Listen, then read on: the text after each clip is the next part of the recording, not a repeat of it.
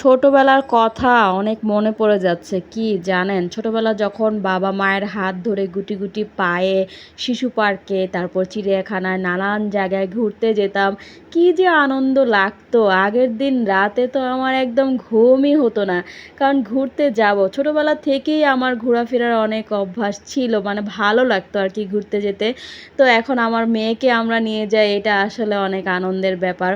শুভ নববর্ষ সবাইকে। কেমন আছেন? আশা করি আল্লাহর রহমতে সবাই ভালো আছেন। বাংলা নববর্ষের ১ম দিনটি আপনাদের অবশ্যই ইনশাআল্লাহ ভালো কাটবে। তো আমরা গিয়েছিলাম চিড়িয়াখানায় অনেক বছর পর। দিন বললেও ভুল হবে, এটা আসলে অনেক বছর পর ঈদে চিড়িয়াখানায় আইজাকে নিয়ে গিয়েছিলাম। কি করব দেখেন, এত মানুষ ছিল মনে হচ্ছে যে চিড়িয়াখানায় পশু পাখির চাইতে মানুষের সংখ্যাই বেশি। পশু পাখিরাই মানুষদেরকে দেখতেছে। উপচে পড়া ভিড় ছিল, আর এত ভিড়। আইজার বাবা অবশ্য একটু লম্বা হওয়াতে আমার একটু সুবিধা হয়েছে, আইজাকে কোলে করে উঠিয়ে নিয়ে সব কিছু মোটামুটি দেখাতে পেরেছে।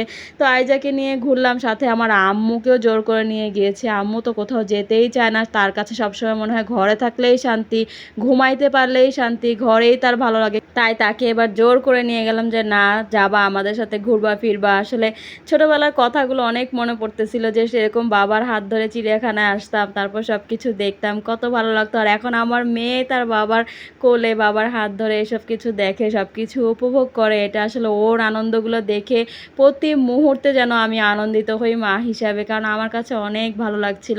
যেহেতু আমি নিজেও ঘোরাফেরা অনেক পছন্দ করি, ঘুরতে পছন্দ করি, আমার বাসায় বসে থাকতেই কেমন যেন বোরিং লাগে। আমার মনে হয় যে বাইরে ঘুরতে পারলেই আমার শান্তি ভালো লাগে। তো সেই হিসাবে আমার মেয়েটাও মাশাআল্লাহ আমার মতো হয়েছে। ওকে মনে করেন যে যেখানে নিয়ে যাব সেখানেই সে খুশি, এবং সেই জায়গাটাকে সে খুবই এনজয় করে। এটা আমার কাছে আসলে অনেক ভালো লাগে। আর চিড়িয়াখানায় সেই ছোটোবেলায় যেতাম, একদম অনেক বছর আগেই গিয়েছিলাম, এর মাঝখানে তো আর তেমন যাওয়া হয়নি। তো আইজার উসিলায় আমার যাওয়া হলো এবার ইনশাল্লাহ। ঈদে গিয়েছিলাম, এটা হচ্ছে ঈদের ব্লগ, আপনাদের সাথে শেয়ার করব করে করাই হচ্ছিল না। তো অনেক এনজয় করলাম চিড়িয়াখানা, সব কিছু ঘুরলাম ফিরলাম, দেখলাম মানুষজনকে দেখলাম, আসলে অনেকটাই ভালো লাগলো, যেটা আপনাদের সাথে আমি একটু হলেও শেয়ার করলাম।